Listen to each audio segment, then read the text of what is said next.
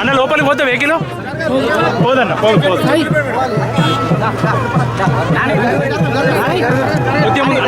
అన్న రండి విశాఖ గారు రండి అన్న రండి సీన్ అన్న రండి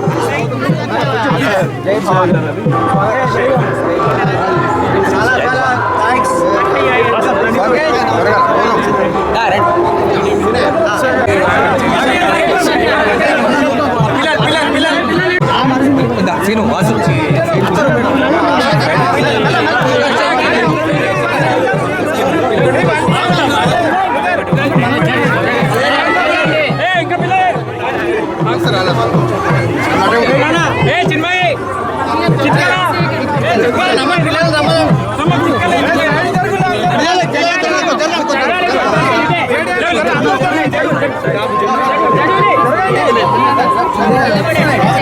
దీపక్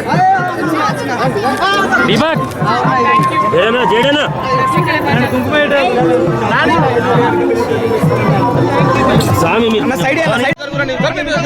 4 గంటలకి వెయిటింగ్ చేస్తున్నాను. మీరు ప్రతిపని వారంతా ఏర్పాటు చేసుకొని అమ్మవారి వార్షికోత్సవం అని చెప్పి ఇక్కడికి రావడం జరిగింది. మరి 16వ తారీఖు నాడు ఇవాళ అమ్మవారి దయ వల్ల జగిత్యాల ప్రజలు తెలంగాణ ప్రజలు అందరూ కూడా బాగుండాలని మనస్ఫూర్తిగా కోరుకుంటున్నాం. బీఆర్ఎస్ హయాంలో ఎప్పుడైనా కూడా ఆధ్యాత్మికతకు ప్రాధాన్యతనిస్తూ అన్ని రకాల కార్యక్రమాలు చేసే ప్రయత్నం చేసినాం. అందులో భాగంగా మా బీఆర్ఎస్ పార్టీ ఎంపీ అయినటువంటి దామోదర్ రావు గారు 90 లక్షల రూపాయలు నవదుర్గ సేవా సమితికి విరాళంగా మన ఎంపీ లాడ్స్ నుంచి ఇవ్వడం జరిగింది. అట్లానే మా తొలి చైర్మన్ గారు దాబా వసంత గారు కూడా వారి ఫండ్స్ నుంచి వారు ఉన్నప్పుడు ఒక 10 లక్షల రూపాయలు పెట్టడం జరిగింది. అదేవిధంగా మరి చాలా మంచి కార్యక్రమాలు చేస్తున్నటువంటి ఈ సేవా సమితికి మద్దతుగా నిలబడాలని మేమందరం కూడా ఇవాళ వార్షికోత్సవ కార్యక్రమాల్లో పాల్గొనడం జరుగుతూ ఉన్నది. మరి ఇదంతా సందర్భం ఒకటి జరుగుతూ ఉంటే రాష్ట్రంలో ఇవాళ మరి రైతన్నలంతా కూడా ఎదురు చూస్తున్నారు. ఎప్పుడెప్పుడు మాకు రైతు భరోసా వస్తుందని ఎదురు చూస్తున్నారు. ఈ కాంగ్రెస్ ప్రభుత్వం వచ్చినప్పటి నుంచి కేవలం ఒక్కసారి రైతు భరోసా ఇచ్చిండ్రు తప్పితే ఇంకా ఎప్పుడు కూడా ఇచ్చినటువంటి దాఖలాలు లేవు.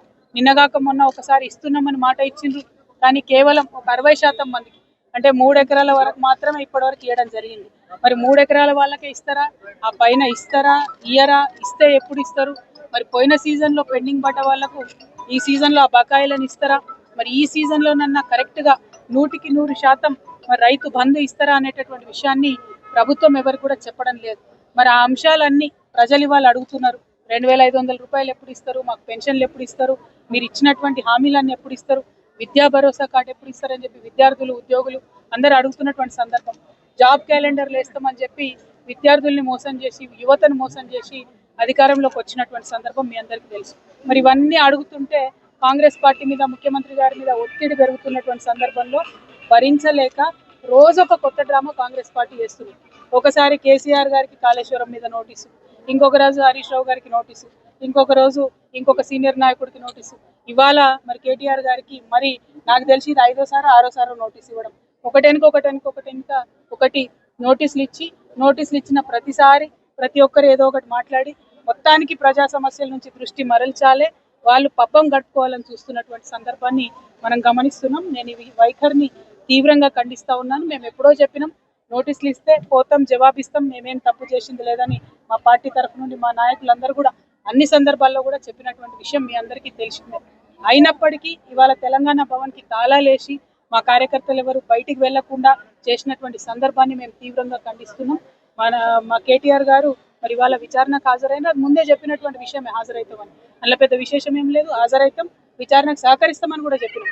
ఇవాళ తను అక్కడ ఉండగా ఇవాళ భవన్లో మరి తాళం వేయడం అన్నది నిజంగా కూడా దుర్మార్గం. మేము ఎప్పుడైనా కూడా ప్రజల పక్షానే నిలబడ్డాం, ప్రజల కోసమే పనిచేసినాం. అది రాష్ట్ర సాధన కోసమైనా రాష్ట్రం వచ్చినాక అభివృద్ధి కోసమైనా అనే విషయాన్ని మరొకసారి తెలంగాణ ప్రజలకు తెలియజేస్తూ ఈ ప్రభుత్వం ఈ యొక్క వైఖరిని మానుకోవాలి, డైవర్షన్ పాలిటిక్స్ మానుకోవాలని చెప్పి మేము డిమాండ్ చేస్తా ఉన్నాం. జై తెలంగాణ.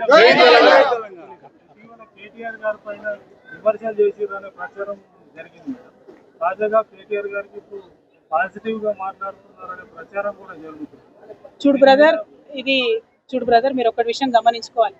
ఏ పార్టీ అయినా పార్టీలో ఉన్న లోపాలను ఖచ్చితంగా మాట్లాడుకుంటారు, సవరించుకుంటారు, ముందుకు పోతారు. కానీ మా పార్టీలో ఉన్న ఏ ఒక్క నాయకుడి మీదకి అవతలోడు దాడికి వస్తే ఖచ్చితంగా మేమందరం ఒకరికొకరు అండగా నిలబడి కాపాడుకుంటాం. అందులో పెద్ద విశేషం ఏం లేదు. పార్టీలో ఉన్న కార్యకర్తల కోసం, వారి హక్కుల కోసం ఖచ్చితంగా మాట్లాడతాం. ఇంటర్నల్ గా పార్టీలో జరగాల్సినటువంటి మార్పులు చేర్పులు జరగాలని కోరుకుంటాం. అందులో పెద్ద తప్పు లేదు. అది జరగకపోతే పార్టీలు ముందుకు పోవడం కూడా ఉండదు. కాబట్టి దానికి దీనికి ముడిపెట్టాల్సిన అవసరం లేదు. మా నాయకత్వం మీద విమర్శ చేసి పబ్బం గడుపుకొని రాజకీయంగా లబ్ధి పొందాలని కాంగ్రెస్ పార్టీ చూస్తే వారి ప్రయత్నాన్ని ఖచ్చితంగా వమ్ము చేస్తాం. ఎవరికైతే మా నాయకుల మీద కేసులు పెడుతున్నారో, హరీష్ రావు గారు కావచ్చు, కేటీఆర్ గారు కావచ్చు, అందరికన్నా ముఖ్యంగా కేసీఆర్ గారు కావచ్చు, వారందరినీ కూడా కాపాడుకుంటూ పార్టీని ముందుకు తీసుకొని పోతాం. అంతర్గతంగా మాట్లాడుకునే అనేక అంశాలు ఉంటాయి, అవి కూడా ఖచ్చితంగా మాట్లాడుకుంటాం. Thank you. జై తెలంగాణ.